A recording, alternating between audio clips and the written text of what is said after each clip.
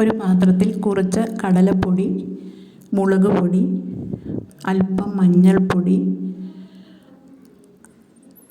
അല്പം കായംപൊടി, ആവശ്യമായുള്ള ഉപ്പ് ഇതെല്ലാം ചേർത്ത ശേഷം നന്നായിട്ട് വെള്ളമൊഴിച്ച് ഒന്ന് കലക്കിയെടുക്കുക. കലക്കിയെടുക്കുക എന്ന് പറഞ്ഞാൽ അത് ഒരു ദോശമാവിലും കുറച്ചുകൂടി കട്ടിയിൽ കലക്കിയെടുക്കുക.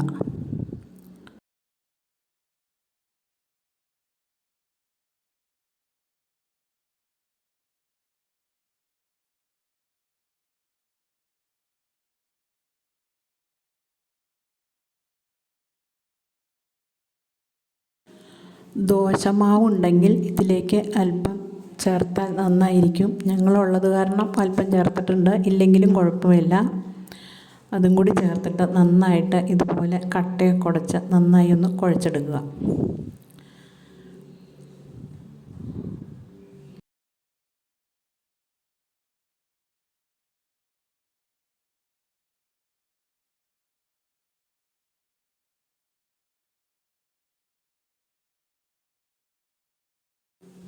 ഈ പരുവത്തിൽ ഒന്ന് കുഴച്ചെടുക്കുക.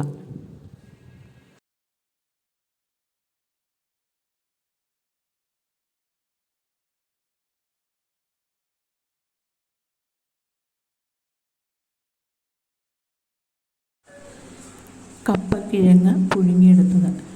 ചില സ്ഥലത്ത് കപ്പ എന്ന് പറയും, ചില സ്ഥലത്ത് കൊള്ളി എന്നും പറയും. നന്നായിട്ട് വെന്ത കപ്പയാണ്.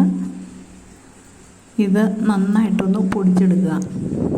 ഇതുപോലെ പൊടിച്ച് എടുത്ത ശേഷം ഇതിലേക്ക് ഒരു സവാള, ചെറുതായി അരിഞ്ഞ സവാള ചേർക്കുക. കുറച്ച് ഇഞ്ചി ചെറുതായിട്ട് അരിഞ്ഞത്, 2 പച്ചമുളക് ചെറുതായി അരിഞ്ഞത്, കുറച്ച് വേപ്പില, ഒരല്പം മല്ലിയില കൂടി ചേർത്ത് നന്നായിട്ട് കൂട്ടിക്കുഴച്ച് ചെറിയ ഉരുളകളാക്കി എടുക്കുക.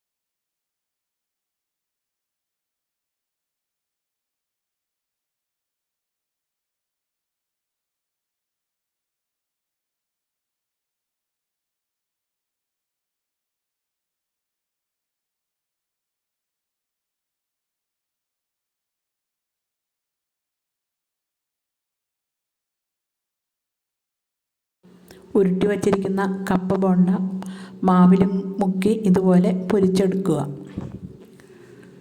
അടിപൊളി ടേസ്റ്റിയായ ഒരു കപ്പ ബോണ്ട. കുട്ടികൾക്കും മുതിർന്നവർക്കും എല്ലാവർക്കും തിന്നാൻ പറ്റിയ ഒരു സ്നാക്സാണിത്.